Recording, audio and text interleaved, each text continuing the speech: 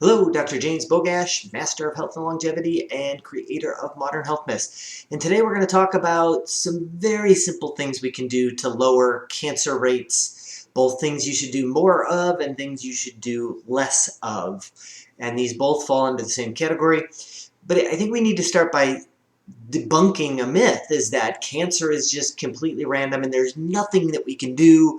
The best we can do is get early screenings like mammography or PSA or colonoscopies, but that is not even close to the truth. There are a tremendous amount of things you can do to lower your risk of cancer. So in other words, be proactive. Don't be more of a victim type mentality, like this is going to happen to me and there's nothing I can do to change that, because that's not true. And this particular study looked at almost 15,000 people, so 14,000, 14,500, so 14,508 people in the atherosclerosis risk and communities group, and specifically at people at age 50, which I've now passed, but certainly the idea would be is what made people more likely to be diagnosed with cancer around age 50. And specifically, they looked at both physical activity, so leisure time physical activity, which does not mean being active at work. I hear this all the time from patients. They're like, well, you know, I'm active at work. And I always hate to kind of let them down, but we've seen, I remember the very first study I reviewed probably 20 years ago looking at leisure time versus work physical activity, and we found that leisure time physical activity had better benefits. I think what it really boiled down to is running out of oxygen. I'm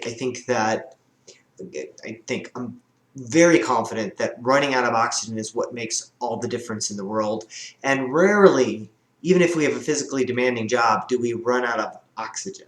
It can happen, but it's not common. So specifically, they looked at leisure time physical activity in the moderate to vigorous level, and they looked at TV viewing time.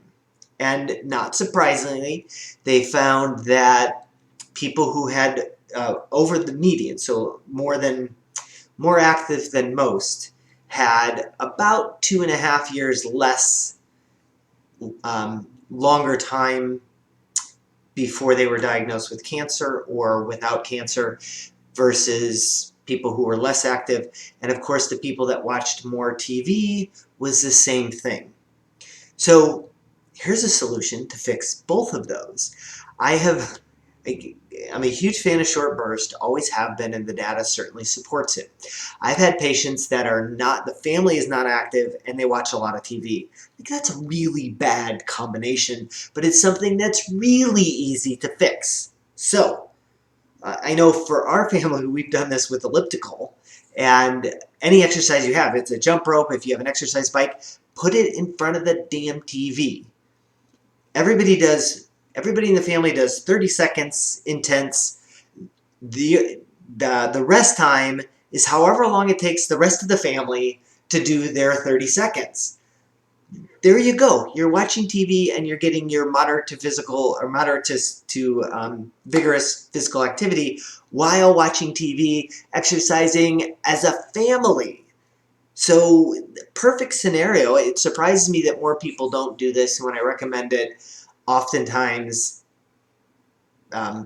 patients, I have to remind them quite a few times that they should be doing this. But it serves both purposes about lessening the impact of watching TV and increasing the impact of being active and lowering your risk of cancer. So again, just another example of how you have the ability to lower your risk of cancer built into you. And